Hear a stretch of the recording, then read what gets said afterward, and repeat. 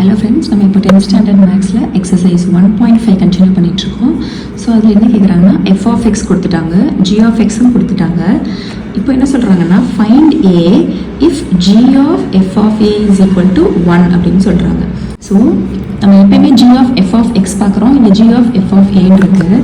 So இந்த G of F of ஏவை எப்படி எழுதணும்?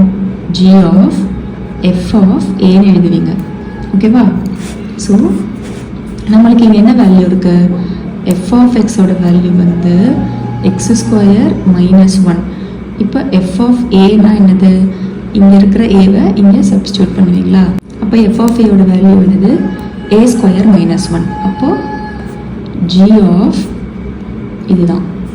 So G of A square minus 1 இதுதான் G of F of A. So G of A square minus 1ங்கிறது வந்து G of எக்ஸில் இருக்கா?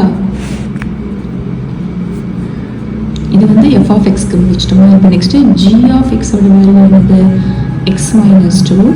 நம்மளுக்கு என்ன இருக்குது? ஜியில் ஏ ஸ்கொயர் மைனஸ் 1 இருக்குது. அப்போ இந்த ஏ ஸ்கொயர் மைனஸ் 1 இந்த எக்ஸில் நம்ம ரீப்ளேஸ் பண்ணுறோம்.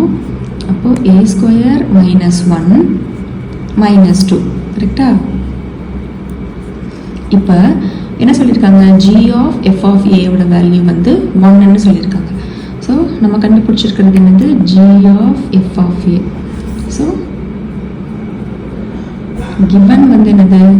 G of F of A வந்துட்டு 1ன்னு சொல்லியிருக்காங்க. ஸோ இது ரெண்டும் ஈக்குவல்னா நம்ம இது ரெண்டும் ஈக்குவேட் பண்ணலாமா? அப்போ A square minus 1 minus 2 is equal to 1ன்னு நம்ம இதை ஈக்குவேட் பண்ணுறோம், ஓகேவா? ஸோ மைனஸ் 1 மைனஸ் 2 என்னது? Minus 3 is equal to 1. A square is equal to 1. Minus 3 inside வர்றப்போ ப்ளஸ் 3 ஆகிடும், தட் இஸ் 4. அப்போ ஏ ஸ்கொயர் 4னா ஏ என்னது? Square root of 4. What is square root of 4? It's 2.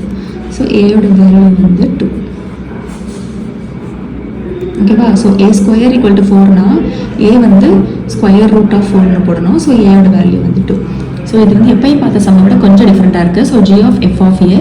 So இந்த F of ஏவை first நீங்கள் போட்டுட்டீங்கன்னா நம்மளுக்கு ஒரு வேல்யூ கிடைக்கும். அப்புறம் கொடுத்த வேல்யூவோட ஈக்குவேட் பண்ணணும், நமக்கு ஏ வேல்யூ கிடச்சிருச்சு. இந்த எக்ஸசைஸில் இந்த சம் புரிஞ்சுன்னு நினைக்கிறேன். நெக்ஸ்ட் சம்மில் பார்க்கலாம். தேங்க்யூ.